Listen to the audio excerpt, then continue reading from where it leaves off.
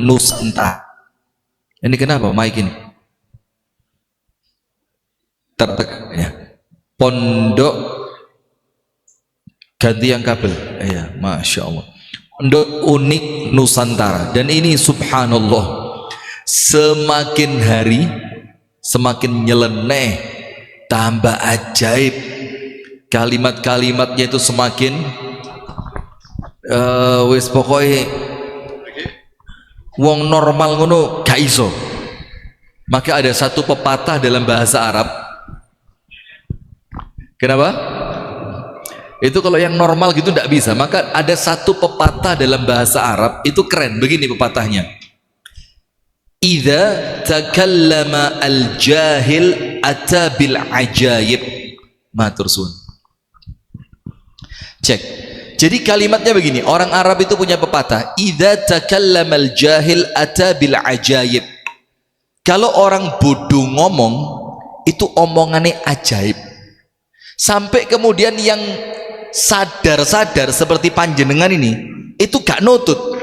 Pikirannya itu gak nutut untuk sampai bisa memahami orang yang terlanjur ngomong dalam keadaan gak pantas, dalam keadaan gak punya ilmu, maka omongannya itu ajaib banget. Ajaib banget. Maka ada pepatah yang lain, bul bima'i zamzam tu'raf. Kalau cuma yang diinginkan itu terkenal, jadi kalau sekedar kepingin apa? Terkenal, wis apapun elek api raurus, sing penting terkenal. Itu orang Arab bilang apa? Bul bima'i zamzama tu'raf. Kencingi sumurnya air zam-zam, maka panjenengan terkenal. Insya Allah langsung terkenal. Caranya apa? Mengencingi air zam-zam. Kalau cuma yang diinginkan apa? Terkenal. Tapi ini belum kita buka ini. Astagfirullahaladzim. Bismillahirrahmanirrahim. Assalamualaikum warahmatullahi wabarakatuh.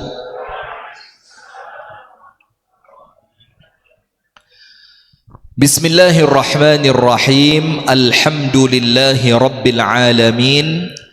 Allahumma salli wa sallim ala nabiyyina Muhammadin wa ala alihi wa sahbihi ajma'in. A'udzu billahi minasy syaithanir rajim. Ya ayyuhalladzina amanu taqullaha ittaqullaha haqqa tuqatih wa la tamutunna illa wa antum muslimun. Wa qala aydan inna iddatash syuhuri 'indallahi 12 syahran yawma khalaqas samawati wal arda minha arba'atun hurum. Wa qala Rasulullah sallallahu alaihi wasallam thalathun mutawaliyatun wa rajabu mudar. Dzul qa'dah, dzul hijjah, al muharram, wa rajabu mudar. Amma ba'du. Hadirin sekalian, alhamdulillah ini mengisi kajian ranting Bujang Sari Kauman, ranting Kauman, yang awalnya bukan saya yang ngisi, tapi karena pas di sini nampaknya kalau ngisi insya Allah lebih manfaat, bukan cuma rekreasi, bukan cuma jalan-jalan, tapi menjalankan salah satu tujuan dan perintah Allah, wa tawassaw bil haq wa tawassaw bis sabr. Maka malam hari ini kita akan berbicara ringkas tentang asyadudu. Tentang apa? Asyadudu. Salawat beriring salam semoga tercurahkan kepada uswah kita, suri tauladan kita, Nabi besar Muhammad sallallahu alaihi wasallam. Hadirin sekalian, saya rasa tidak penting membicarakan tentang asyaqali inna rahmatan fa, atau kemudian asya haisy hasyu asya dudu, itu tidak penting. Karena orang Islam yang waras insya Allah ngerti semua itu main-main saja. Dan permainan semacam ini jamaah, panjenengan jangan terlalu polos. Permainan semacam ini pasti ada yang membackup. Ngerti membackup? Terus membackup itu artinya ada yang ngatur, ada yang jaga, ada yang punya tujuan, ada yang memang niat dengan munculnya kejadian ajaib-ajaib ini, memang mereka itu kepingin agama Islam itu rusak. Nah maka kalau sementara kita masih waras, gak usah nemen-nemen bahas asyadudu, asyaqoli, atau kalimat-kalimat yang lain, atau bahkan kemudian kufron, penjaga gawangnya neraka. Ada santrinya kecelakaan, malaikat maut datang, ternyata muridnya gufron, kabur malaikat mautnya. Nah ini kan ya ajaib ini. Kalau kita masih membahas itu, artinya kita ini masih menari di atas genderangnya orang lain. Panjenengan ngerti? Jadi kalau kita bahas terus, itu artinya mereka nabuh, terus kita ikut di dalam tabuhan mereka, sehingga kita bermain di atas isu mereka. Kedukur enggak ngerti, paham ya? Jadi kita ini bermain di atas isu yang mereka buat. Tujuannya apa? Agar umat Islam tidak punya isu besar yang menjadikan Islam itu maju, yang menjadikan Islam itu modern, yang menjadikan umat Islam itu independen secara ekonomi, yang menjadikan umat Islam itu kalau pemilu gak gampang ditipu. Itu kita tidak punya isu itu. Karena apa? Kita terlalu senang bermain dengan isu yang mereka tiup. Dan salah satunya, mudah-mudahan tidak salah dan nampaknya tidak salah, adalah kemunculan siapa? Asyadudu. Ini jelas ada grand design, ada backup, ada orang yang bermain. Kalau saya pribadi masang di Instagram kami, tujuannya apa? Ya lucu-lucuan saja, bukan kemudian untuk apa? Untuk dibahas kesesatan, titik-titik, kedukuran, tidak usah. Nah maka di malam hari ini waktu kurang sekitar seperempat jam sampai Isya, ceramahnya sampai jam 9, jangan khawatir. Nah kami akan memberikan sedikit pengingat, namanya tazkirah. Karena Allah Ta'ala mengingatkan kita semua orang-orang yang beriman. Apa yang Allah ingatkan? Fadzakir fa inna dzikra tanfa'ul mu'minin. Terus berikan peringatan. Ini perintah Allah. Karena peringatan itu akan mendatangkan kebaikan untuk mereka yang beriman. Jadi kalau di dalam hati itu masih ada keimanan, maka panjenengan diilingke, dinasehati, mendapatkan tausiah, mendapatkan tazkirah atau pengingat, itu dalam hati rasanya apa? Alhamdulillah, si enek sing gelem nuturi, si enek sing gelem ngilingke. Nah maka di malam hari ini saya akan bahas mengenai 10 hari terbaik sepanjang masa.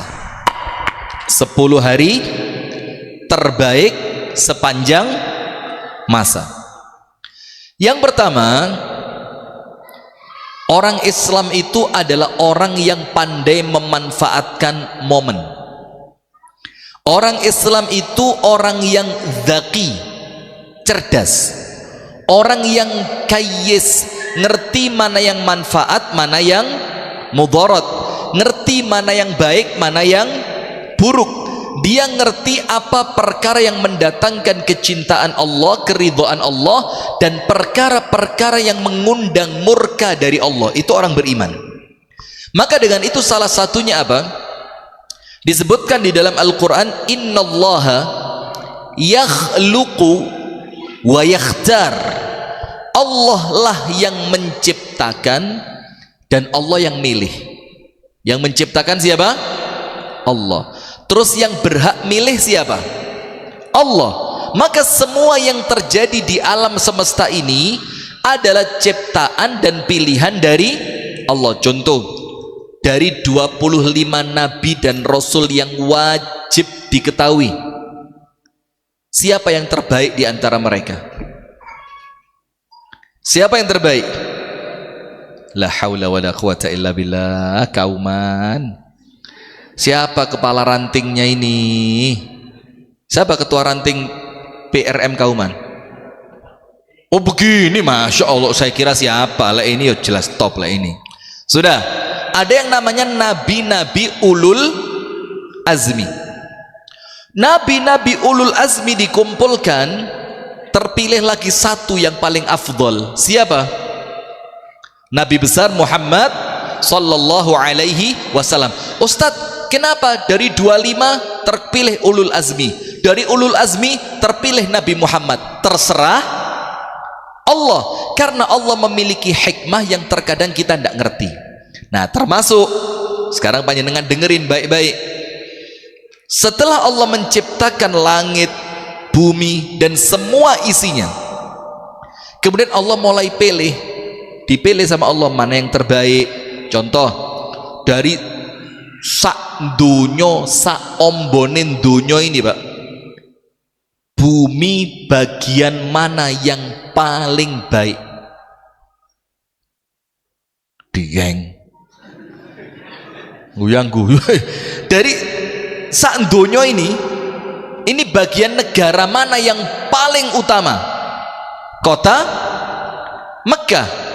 Maka Allah bersumpah, wa hadzal baladil amin. Setelah Mekah, Madinah. Loh, kenapa Ustadz yang dipilih kok Mekah? Kenapa yang dipilih oleh Allah kok Madinah? Terserah Allah, karena yang menciptakan adalah Allah. Nah, tadi Nabi ada 25 yang wajib kita ketahui, jadi ulul azmi, dikumpulkan jadi Nabi Muhammad. Dari seluruh belahan bumi yang terbaik Mekah dan Madinah. Maka sholat di Mekah, sholat di Madinah tidak sama dengan sholat di Kauman. Sami boten? Jumlah rokaatnya sama, tata cara sholatnya sama, tapi pahalanya berbeda. Nah, sekarang panjenengan dengarkan. Inna iddatasyuhuri, sesungguhnya jumlah bilangan bulan, indallahi, di sisi Allah, ithna asyrata syahran, 12 bulan. Yauma khalaqas samawati wal arda, ketika Allah menciptakan langit dan bumi. Jadi ketika Allah menciptakan langit bumi, Allah tetapkan jumlah bilangan bulan ada berapa? 12. Jadi ilmunya ilmu pasti ini. Maka dengan itu tidak keliru kalau kita warga Muhammadiyah, kita yakin dengan metode Muhammadiyah di dalam penetapan awal dan akhir bulan. Dengan cara apa? Dengan cara apa? Hisab, karena ini ilmu pasti. Nah, dari 12 bulan yang Allah ciptakan, Bu, mireng boten? Panjenengan mireng napa petan? Petan? Masya Allah, ini hati-hati loh, P-nya ganti S medeni. Kalau petan P-nya ganti S, jadi apa? Asyaqali, syadudu. Sudah. Dari 12 bulan tadi, minha arba'atun hurum, Allah pilih seperti awal kita sampaikan tadi. Yang menciptakan siapa? Allah. Yang milih siapa? Allah. Terserah Allah.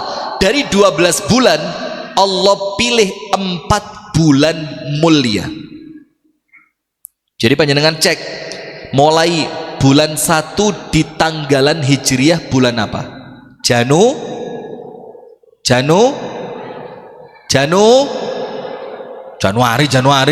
Wah, ini juru kameranya siapa ini? Wah, ini perlu dididik ini.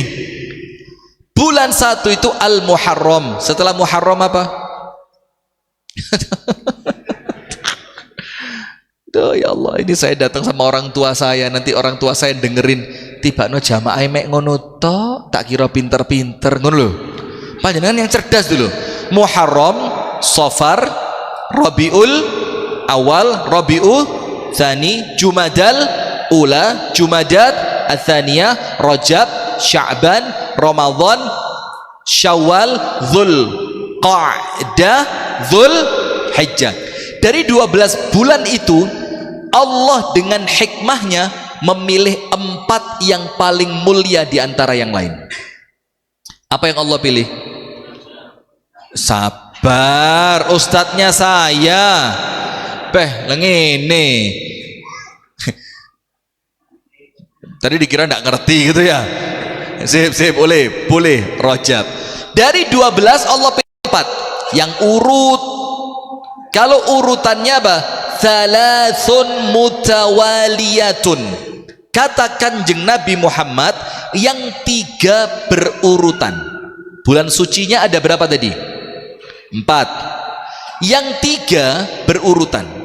Nomor 1 Dzulqa'dah. Nomor 2 Dzulhijjah. Nomor 3 Al-Muharram. Ini 3 beriringan. Jadi 3 bulan, mulai bulan 11, bulan 12, bulan 1, ini semuanya Allah jadikan bulan suci. Pertanyaannya, Ustadz, kenapa yang 3 ini digabung? Kok enggak diselang-seling supaya kita ini semangatnya enggak gampang turun? Bulan suci ibadai kenceng, mari ngono bulan suci nentek balik lemes. Tapi enggak berapa lama lagi bulan suci lagi. Pak Andi, salaman dulu. Waalaikumsalam Pak Andi. Tambah ganteng. Insyaallah. Enggak apa-apa. Saya toleransi. Terima kasih Pak Andi. Jazakallah khair. Kenapa yang 3 ini berurutan? Dzulqa'dah, Dzulhijjah, Al-Muharram. Padahal seharusnya kalau kita mau, pikirannya manusia diselang-seling. Tujuannya apa? Biar iman kita tidak terlalu turun, naik. Ketika bulan suci, setelah bulan suci turun lagi. Nanti tidak sempat turun lama, ketemu bulan suci lagi, naik lagi. Ternyata tidak. Oleh Allah yang 3 dibikin berurutan untuk apa? Jaminan keselamatan orang yang berangkat ibadah haji. Karena zaman dulu, Pak, panjenengan tahulah sejarahnya. Ustadz Abadi, ada pelajaran sirah di sini.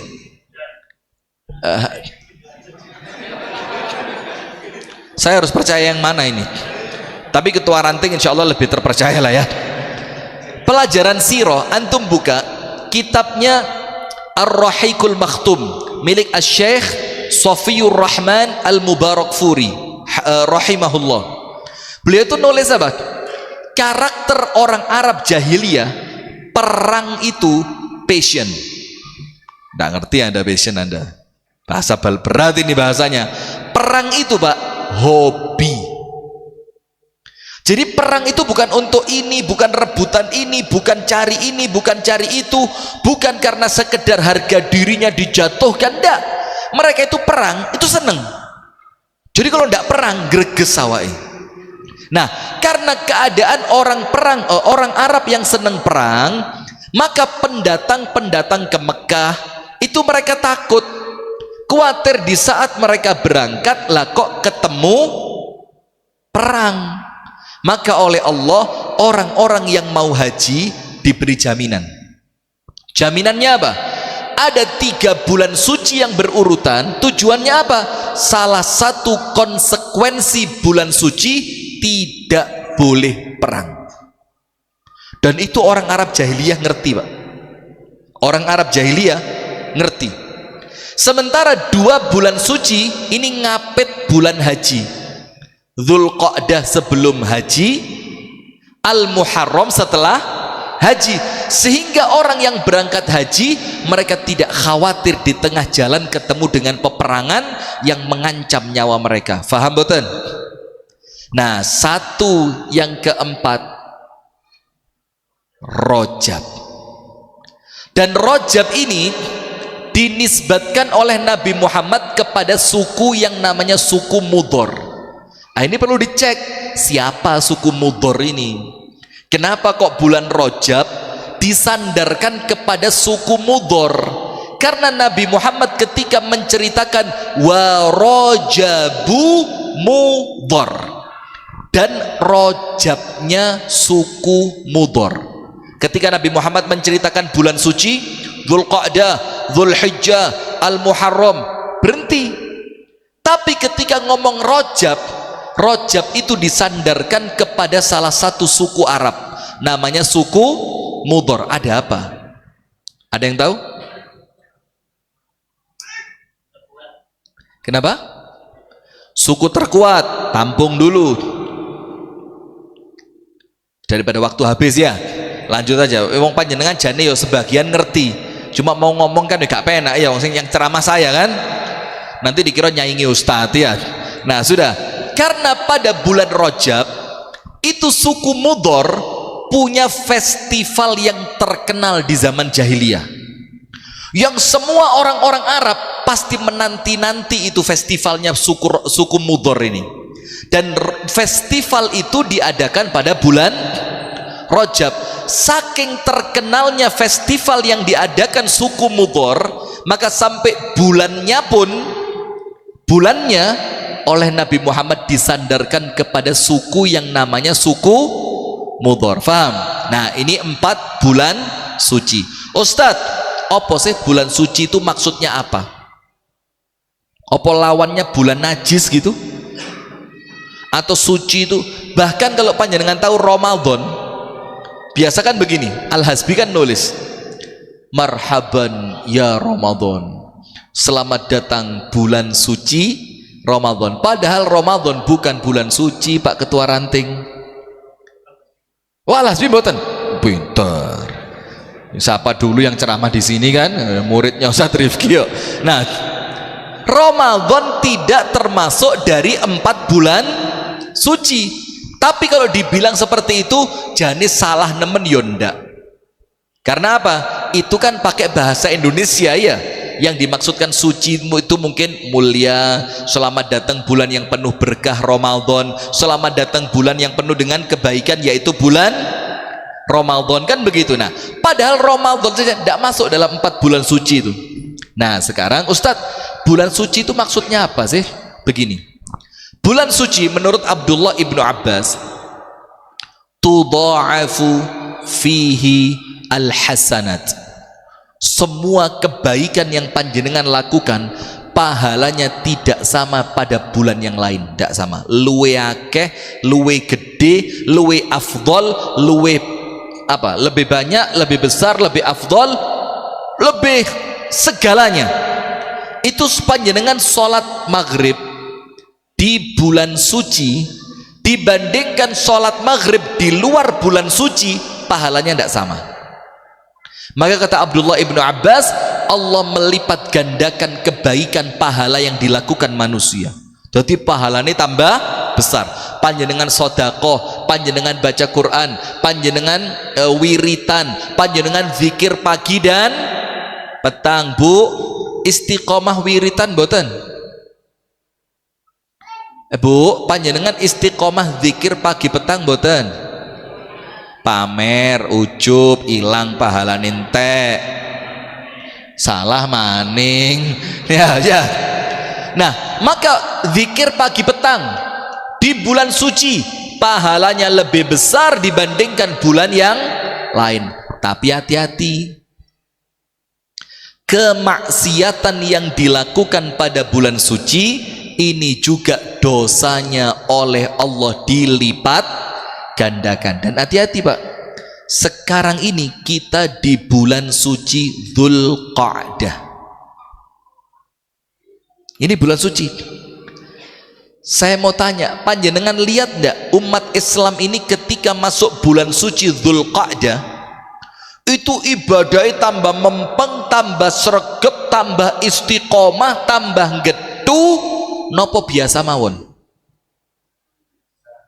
Berarti yang paling bersalah siapa? Ketua Ranting. Mana mungkin beliau membiarkan jamaahnya di ranting kauman, kok ketika masuk bulan suci kok dibiarkan saja? Seharusnya itu kan tugasnya siapa? Ya biasa saja, enggak usah keras-keras. Kok empane marah gitu, santai-santai. Nah, ini menunjukkan, maaf gitu. Tadi guyon. Soalnya sudah mulai pagi bercanda terus sama saya. Khawatir nanti dikira seriusan, malah gak diundang lagi saya ke sini. Saya dibikinkan judul, tahu enggak panjenengan ceramah malam ini judulnya awalnya apa? Datang tidak diundang, pulang tidak diantar. Lo dikira aku jelangkung dah. Masya Allah, ini coba ustadznya bukan konco dewe kan mulai saya. Sudah lanjut. Nah, maka hadirin hati-hati. Ini buat saya dan buat panjenengan semua sama. Orang ketika masuk bulan suci atau masuk musim-musim kebaikan di mana amal ibadah oleh Allah pahalanya ditingkatkan, lah kok orangnya tidak ada peningkatan ibadah, sami mawon, ibadahnya tetap tidak ada peningkatan. Hati-hati, boleh jadi hati yang mereka punya bukanlah hati yang bertakwa. Hati-hati. Jadi salah satu indikator itu apa? Penunjuk, ya. Salah satu yang mencirikan hati kita ini bertakwa itu ketika kita memuliakan syiar-syiarnya Allah. Apa Allah Ta'ala berfirman dalam Al-Quran, wa man yu'azzim sya'airallahi fa innaha min taqwal qulub. Barang siapa yang mengagungkan itu apa? Memuliakan. Mengagungkan itu apa? Gatekni. Mengagungkan itu apa? Memperhatikan. Mengagungkan itu apa? Menganggap penting. Apa yang mereka agungkan? Syiar-syiar Allah. Termasuk syiarnya Allah apa? Hari Jumat itu syiarnya Allah. Maka kalau hari Jumat harus rapi, saat durungnya Jumatan wis siap. Maka itu nyemprot apa? Lah kok istri apa? Nyemprot kentang, kemudian nyortir kentang. Untuk yang laki-laki loh nggih. Kalau sudah jam 10:30, maksimal jam 11 harus sudah apa? Selesai. Kenapa? Ini hari Jumat, diagungkan. Kalau panjenengan mengagungkannya, apa Allah berfirman? Fa innaha min taqwal qulub. Itu ciri panjenengan memiliki hati yang bertakwa. Termasuk syiarnya Allah apa? Bulan suci. Dzulqa'dah, Dzulhijjah, Al-Muharram, Rajab. Kalau panjenengan hatinya bertakwa, pasti masuk bulan suci panjenengan gati. Gati itu apa? Perhatian.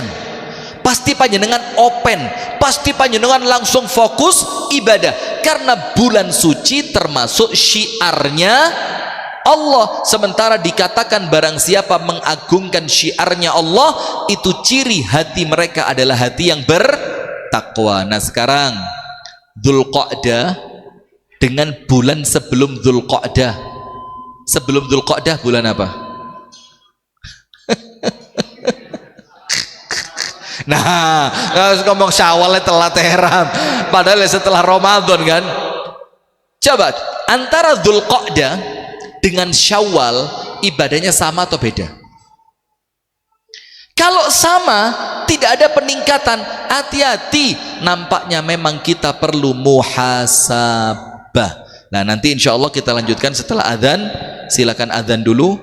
Nanti insya Allah sebelum qomat sudah selesai. Barakallahu fiik.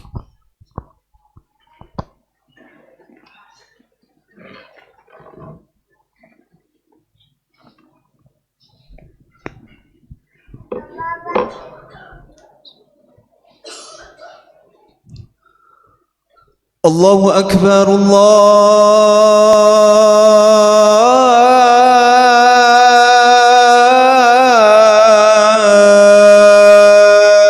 Akbar.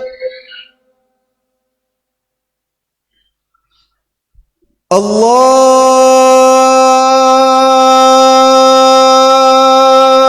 Akbar, Allahu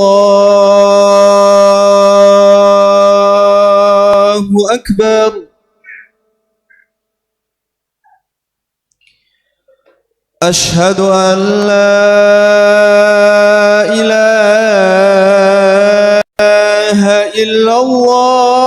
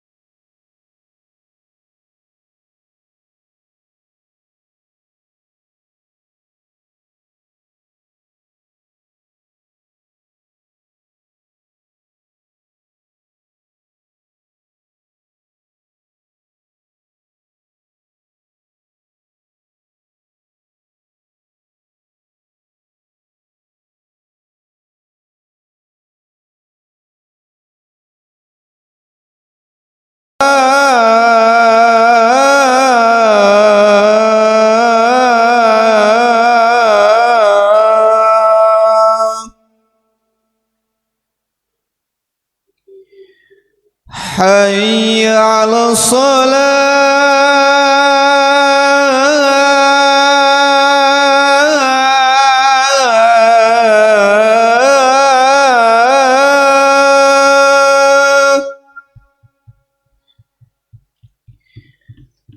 حي على الصلاة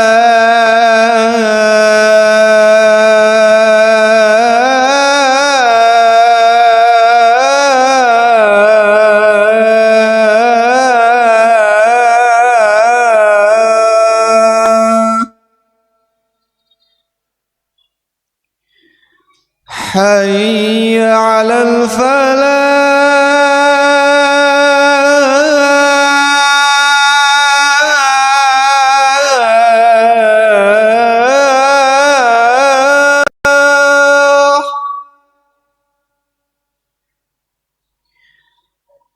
حي على الفلاح.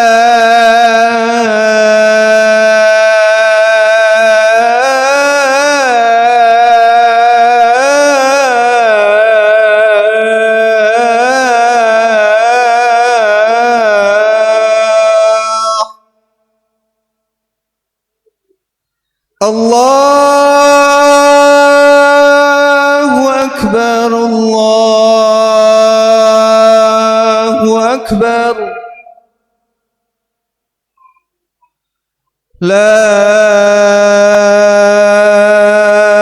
إله إلا الله.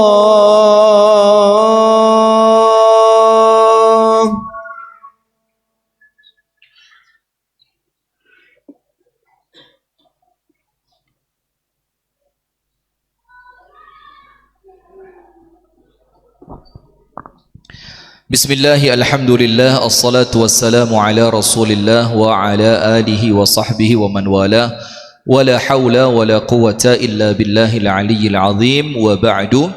Saya minta waktu 1/4 jam ya, supaya penjelasannya tuntas. Begini hadirin, maka ketika kita mampu memuliakan bulan-bulan suci yang itu merupakan salah satu syiarnya Allah, itu mencirikan hati kita adalah hati yang bertakwa. Dan begitu sebaliknya, kalau hari Jumat sama dengan hari yang lain, Idul Fitri sama dengan yang lain, Idul Adha sama dengan yang lain, Ramadan sama dengan yang lain, masuk bulan-bulan suci tidak ada bedanya dengan yang lain, itu kita perlu hati-hati, jangan-jangan hati kita belum menjadi hati yang bertakwa. Nah sekarang begini, setelah kita berbicara musim yang Allah pilih untuk kebaikan, salah satu musim kebaikan itu adalah 4 bulan suci di mana pahala dilipat gandakan. Maka dari 4 bulan suci itu dikumpulkan, diperes. Diapain? Diperes. Ketemu sarinya itu pada bulan apa, tanggal berapa? Masya Allah, Ustadz selamat abadi loh. Kalau gini baru kelihatan kalau beliau Ustadz. Setelah diperes, mulai Dzulqa'dah, Dzulhijjah, Al-Muharram, Rajab, bahkan gabungkan sekalian dengan Ramadan. Ketika diperes, ketemu yang paling top dari 4 atau 5 bulan tadi, kalau termasuk Ramadan, itu tanggal 1 sampai tanggal 10 di bulan Dzulhijjah. Nanti saya jelaskan ke panjenengan hukum motong kuku, cukur rambut. Kan biasanya kita kalau sudah masuk tanggal 1 Dzulhijjah itu mesti kayak uang panik, batas akhir mencukur rambut, memotong kuku. Dewedeni terus gak salah wong Islam tambahan teh ya. Kenapa isinya dewedeni doi? Nah, nanti kita jelaskan larangan memotong kuku dan mencukur rambut untuk mereka yang telah berniat kurban mulai tanggal 1 Dzulhijjah sampai kurban mereka disembelih, itu dalam mazhab Al-Imam Al-Hambali. Dalam mazhab Syafi'i makruh. Itu pun makruhnya makruh tanzih. Ngerti enggak? Jadi makruh itu ada 2. Ada tahrim, ada tanzih. Makruh tahrim itu makruh tapi lebih dekat kepada haram. Contohnya apa? Rokok. Ayo, gak usah guyang-guyu. Mana yang ngerokok-ngerokok ini? Tidak ada yang ngerokok. Masya Allah, top. Kau mana? Itu makruh apa? Tahrim, mendekati haram. Ada makruh yang kedua, namanya makruh litanzih. Tanzih itu apa? Makruh yang lebih dekat kepada halal. Tapi kalau panjenengan tinggalkan, ibadah panjenengan semakin afdol. Nah, motong kuku dalam fikih Syafi'i itu makruh tanzih. Dalam fikih Hambali, Hanafi malah gak enek urusan blas. Karena yang dilarang motong kuku dan mencukur rambut khusus mereka yang ihram sedang haji. Faham betul? Jadi jangan umat ini diwedeni terus, Pak. Batas akhir memotong kuku dan mencukur rambut. Bingung, wong panik, Pak. Loh, Islam mau ngurusi kuku, ngurusi rambut tok ae. Nah, padahal kalau dijelaskan secara fikih penjelasannya luas. Faham betul? Sekarang kita lanjutkan. Begini. Saya minta 10 menit lagi. Tadi 5 menit lewat. Kalau diringkes terkumpul 10 hari. 1, 2, 3, 4, 5, 6, 7, 8, 9, 10 dari bulan Dzulhijjah. Apa dalilnya? Kan tidak boleh mengkhususkan waktu, mengkhususkan ibadah, mengkhususkan keutamaan, mengkhususkan jumlah, mengkhususkan tempat kalau tidak ada dalil. Faham betul? Mengkhususkan waktu, tempat, jumlah, ibadah, dan waktu, tempat, jumlah, ibadah, dan apa kurang satu tadi? Itu tidak boleh pengkhususan kalau tanpa dalil. Sekarang Ustadz mengkhususkan 1 sampai 10 Dzulhijjah. Nopo dalile, Bu? Jamaah turu kabeh. Bu, dalile napa, Bu? Darmo gandul napa pripun? Napa asyaqali syadudur rahmatan fa? Dalilnya di dalam hadis Rasulullah bersabda, "Ma min ayyamin al-amalus salihu fihinna ahabbu ilallahi min hadhil ayyamil 'ashr." Kanjeng Nabi dawuh, artinya begini, tidak ada hari apapun yang ketika amal soleh itu dilakukan lebih dicintai Allah dibandingkan amal soleh yang dilakukan pada 10 pertama di bulan Dzul Hijjah. Faham betul?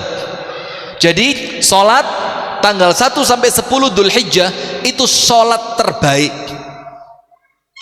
Sodakoh tanggal 1 sampai 10 Dzul Hijjah itu sodakoh terbaik, termasuk nikah. Termasuk apa? Nikah.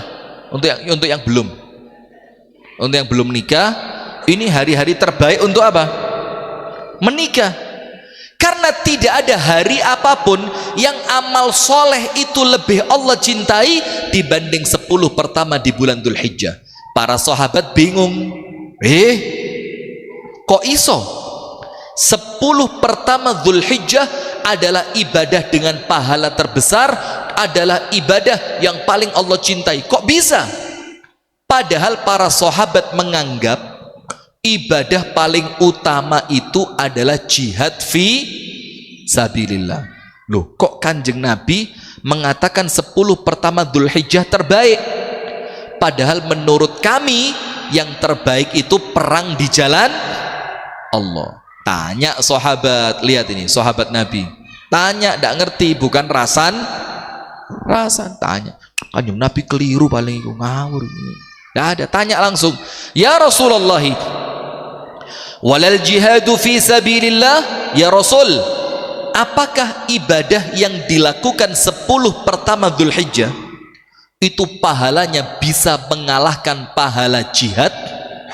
Bayangin, apakah jihad bisa kalah dengan sodako, sholat, ngaji, wiritan, poso yang dilakukan pada 10 pertama Dzul Hijjah? Apakah pahalanya jihad bisa kalah? Napa jawabannya Kanjeng Nabi? Walal jihadu fi sabilillah, jihad kalah. Ayo. Ini yang ndak pawaan jihad yang awake melungker-melungker cilik-cilik ini. Termasuk saya. Iya. Ini amal lebih utama dibanding jihad. Pahalanya lebih besar dibanding jihad. Amalan ini lebih dicintai oleh Allah dibanding jihad. Kecuali illa rajulun kharaja bi nafsihi wa malihi wa lam yarji' minhuma bi syai'in. Kecuali kalau ada orang berangkat jihad membawa jiwa dan hartanya, ketika dia pulang orangnya mati syahid, hartanya ludes, itu baru tidak terkalahkan. Tapi kalau sekedar jihad lah kok mulia nggawa ghanimah, apalagi ghanimahnya, saya mau ngomong kok tidak berani, orang tua saya datang. Coba rayenek lolos ini. Apalagi bawa ghanimah, rampasan perang, masih kalah dengan ibadah yang dilakukan pada 10 pertama bulan Dzul Hijjah. Nah sekarang begini, oke Ustadz, berarti mulai tanggal 1 Dzul Hijjah insya Allah 2 hari lagi. Insya Allah berapa? 2 hari lagi. Tanggal 1 Dzul Hijjah sampai tanggal 10 Dzul Hijjah itu adalah hari terbaik sepanjang masa. Maka sholat fardunya diperbaiki, sholat sunnahnya diistiqomai, Al-Qur'annya dibaca, uangnya tidak ada uangnya diapain? Disedekahkan. Termasuk ada ibadah namanya ibadah kurban. Masya Allah, di sini ini bertahun-tahun masuk TV terus karena kurbannya bikin heboh. Di tempat lain berapa kakak kurbannya berapa, di sini yang dikurbankan manusia. Enggak. Nah, di sini alhamdulillah kurbannya apa? Sapinya banyak, kambingnya juga banyak. Itu menunjukkan panjenengan nih imane wis ketoto. Allahumma amin. Sudah, Ustaz, Berarti amalannya apa untuk mengisi 10 pertama di bulan Dzulhijjah? Nomor 1, tentu yang paling utama munggah haji. Itu yang paling utama. Panjenengan berangkat tanggal berapa? Kloter berapa? Oh, sudah berangkat kemarin. Lepas panjenengan kok kentun. Nah, begini, ojo cilik hati, jangan khawatir. Setiap orang mau haji mesti dibilangi kan, al-hajjul mabrur laisa lahu jazaun illal jannah.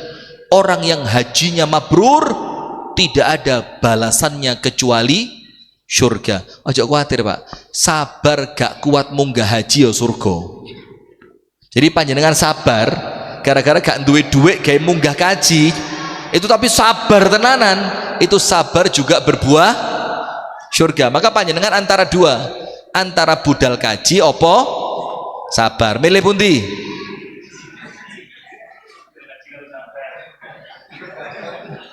Milih budal haji karo sabar. Sabare yogane sinten iki? Sudah, nomor 1 haji dan umroh, itu terbaik. Nomor 2, al-ikthar minas saum, ngakei ngatah-ngatai poso. Napa Bu? Memperbanyak puasa. Ustadz, boleh ndak puasa tanggal 1 sampai tanggal 10? Haram. Tadi hari terbaik tanggal berapa sampai berapa? 1 sampai 10. Loh, kok gak oleh poso 1 sampai 10? Kok haram? Karena tanggal 10-nya masuk Idul Adha. Lho, mosok panjenengan koncone mbeleh wedhus sampean poso. Ndase wedhus entek iki, pangan Ustaz Abadi iki entek iki. Nah, maka kalau mau puasa diperbanyak tanggal berapa? 1 sampai 9. Yang paling ling asyaqali inna rahmatan syadudud, yang paling afdol tanggal 9. Tanggal pinten? 9. Mangke panjenengan tondoi kalender ten griya Pak. Tanggal 9-nya itu sesuai penanggalan Islam tanggal berapa? Di penanggalan Masehinya tanggal piro, supaya panjenengan gak lali. Nanti insya Allah kalau ikut hisab globalnya Muhammadiyah itu tanggal 9-nya kalau Masehinya 26 Mei, hari Selasa. Hari apa? Selasa. Nanti insya Allah Al-Hasbi mengadakan buka puasa bersama dengan menu kambing guling. Oh, ketua ranting yang ngomong. Kalau ndak kambing guling, demo turunkan kudeta. Nanti kita kudeta suruh pulang ke Yaman. Sudah. Yang paling afdol tanggal 9. Tanggal 9 itu namanya hari Arafah. Apa keutamaan puasa hari Arafah? Untuk saya dan panjenengan sing krasa dusane. Krasa mboten? Krasa mboten? Krasa dusane akeh? Nah, untuk yang krasa dusane akeh, ini kesempatan. Puasa tanggal 9 Dzulhijjah atau puasa pada hari Arafah itu menghapus dosa 2 tahun. Dosa panjenengan tahun lalu sampai ketemu 9 Dzulhijjah 14 sekarang berapa? 7 kan? Ini 1446 itu entek setahun mundur. Dan dosa panjenengan setahun yang akan datang sampai 9 Dzulhijjah 1448 sudah dapat jaminan dihapus. Hanya dengan puasa 1 hari. Amal yang lain apa? Sodakoh, tahajud, baca Al-Quran. Maka jangan lupa jamaah, insya Allah 2-3 hari ke depan kita akan masuk di 10 hari terbaik sepanjang masa. Semua kebaikan yang dilakukan mengalahkan pahala jihad. Maka sholat sing tertib, ngajine diistiqomai, kalau ada rezeki nggih ditambahi sedekah, kalau panjenengan boten saya ngerti saya. You don't tired, you know, tired in English. Gak ngerti blas batur. Kalau panjenengan tidak capek tahajud, kalau pagi ada waktu ditambahi sholat duha, karena itu 10 hari yang terbaik. Barakallahu fikum. Itu yang dapat kami sampaikan, semoga ada manfaatnya. Kurang dan lebihnya saya mohon maaf. Hadanallahu wa iyyakum ajma'in. Subhanakallahumma wa bihamdika asyhadu an la ilaha illa anta astaghfiruka wa atubu ilaik. Assalamualaikum warahmatullahi wabarakatuh.